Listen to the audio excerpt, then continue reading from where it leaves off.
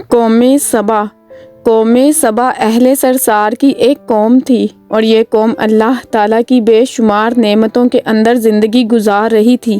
یہ قوم ایک عظیم تہذیب و تمدن کی مالک تھی۔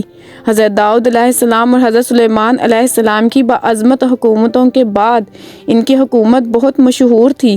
یہ وہ قوم تھی جن کی خوشحالی دنیا بھر میں مثال دی جاتی تھی، مگر ایسا کیا ہوا کہ اللہ تعالیٰ نے قوم سبا کو غرق کر دیا۔ قوم سبا کا واقعہ۔ مکمل تاریخ۔ قوم سبا کا واقعہ قرآن مجید اور تاریخی حوالوں میں اہمیت رکھتا ہے۔ یہ قوم یمن کے علاقے میں آباد تھی اور ان کا مرکزی شہر مارب تھا۔ قوم سبا کو ان کی خوشحالی، زراعت اور شاندار تہذیب کے لیے جانا جاتا تھا۔ اللہ تعالیٰ نے ان کو بے شمار نعمتوں سے نوازا تھا، لیکن ان کے کفر اور ناشکری کی وجہ سے ان پر عذاب نازل ہوا۔ قوم سبا کی خوشحالی۔ قوم سبا کا سب سے بڑا کارنامہ سد مارب تھا، جو ایک عظیم الشان بند تھا۔ اس بند کی بدولت ان کے علاقے میں زراعت بہت ترقی یافتہ تھی۔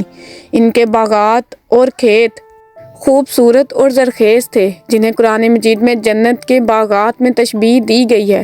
قرآن کریم میں ذکر۔ قرآن مجید میں سورہ سبا آیت 15 تا 19 میں قوم سبا کا ذکر آیا ہے۔ ترجمہ القرآن۔ سبا کے لیے ان کے علاقے میں ایک نشانی تھی۔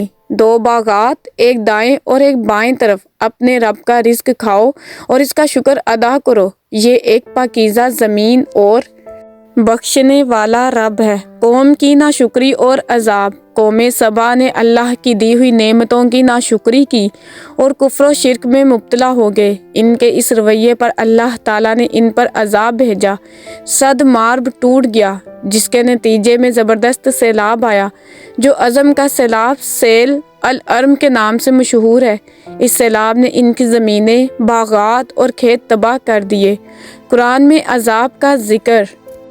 ترجمہ القرآن۔ لیکن انہوں نے منہ موڑا تو ہم نے ان پر سیلاب بھیج دیا اور ان کے 2 باغات کو ایسے باغات میں بدل دیا جو تلخ پھل، جھاؤ کے درخت اور تھوڑی سے بیری کے درخت پیدا کرتے تھے۔ عذاب کے بعد قوم کا انجام۔ سیلاب کے بعد قوم سبا بکھر گئی، ان کے علاقے غیر آباد ہو گئے اور لوگ مختلف خطوں میں ہجرت کر گئے۔